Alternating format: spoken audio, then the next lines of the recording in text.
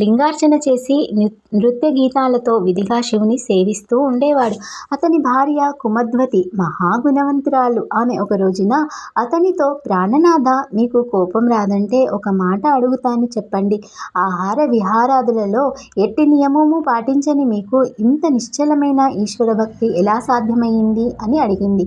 అప్పుడు రాజు నవ్వి ఇలా చెప్పాడు. ప్రేయసి, నా పూర్వజన్మ వృత్తాంతం చెప్తే గాని నీకు ఈ సందేహం తీరదు.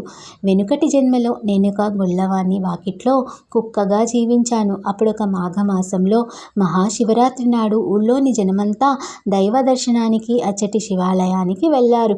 ఆనాడు అందరూ ఉపవసించాలి గనక నా యజమాని కూడా అన్నం వండుకోలేదు, నాకు పెట్టనూ లేదు. అందువలన అందరితో పాటు నేను కూడా ఉపవాసం ఉండవలసి వచ్చింది.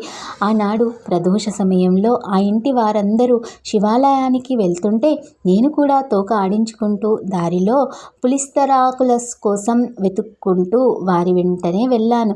గ్రామస్తులందరూ తలొక దివిటి చేతపట్టుకొని శివనామ సంకీర్తనం చేస్తూ ఆలయానికి ప్రదక్షిణ చేస్తూ ఉన్నారు. నేను ఆకలికి ఓర్వలేక తినడానికి ఏమైనా దొరుకుతుందన్న ఆశతో ఆ గుడిలో ప్రవేశించి అన్ని మూలలా తిరుగుతున్నాను. నేను లోపలికి చూచేసరికి అచ్చటి శివలింగం నా కంట పడింది. ఇంతలో పూజ చేస్తున్న అర్చకులు నన్ను చూసి కుక్కను కొట్టండి, కుక్కను కొట్టండి అని కేకలు వేశారు. నేను పారిపోవాలని చూశాను, కానీ సింహద్వారం దగ్గర సందు లేకుండా జనం మూగడంతో నాకు దారి చిక్కలేదు. కొందరు కర్రలు చేతపట్టుకొని తరుముకుంటూ నేను వారి బారి నుండి తప్పించుకోవాలని 3 సార్లు ఆలయం చుట్టూ పరిగెత్తాను. చివరికి అచ్చటి జనం నన్ను బలంగా బాదడంతో నేను ద్వారం వద్ద పడిపోయి ప్రాణం విడిచాను. ఈ రీతిన నేను తెలియకనే ఉపవాసం ఉండి శివపూజ దర్శించి ప్రదక్షిణలు చేసిన పుణ్యము అర్జించాను. ఆలయ ద్వారం వద్ద నిలిచిన వారి చేతిలోనూ దివిటీలను ధరించి శివుని సన్నిధిలో ప్రాణం విడిచాను. అందువలననే నాకిప్పుడు ఇంత మాత్రమైన జ్ఞానము, రాజ్యము లభించాయి. అయినప్పటికీ నాటి కుక్క బుద్ధి మాత్రం నాకింకా వదలలేదు సుమా. అందుకే నేను ఇప్పటికీ నా నడవడి తప్పు అని తెలిసినా మార్చుకోలేకపోతున్నాను.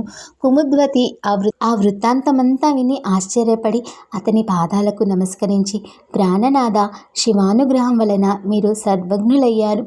దయతో నా వెనుకటి జన్మల గురించి తెల్పండి స్వామి అని వేడుకున్నది. విమర్శనుడు నవ్వి, ప్రేయసి, పూర్వం శ్రీశైలంలో నీవు ఒక పావురంగా ఉన్నావు. నీవొక రోజు అడవిలో మాంసం ముక్కున కరుచుకొని పోతుండగా ఒక డేగ దానిని లాక్కోదలచి నిన్ను తరిమింది. నీవు ప్రాణభీతితో మల్లికార్జునుని ఆలయ గోపురం చుట్టూ ఎగిరావు. చివరికది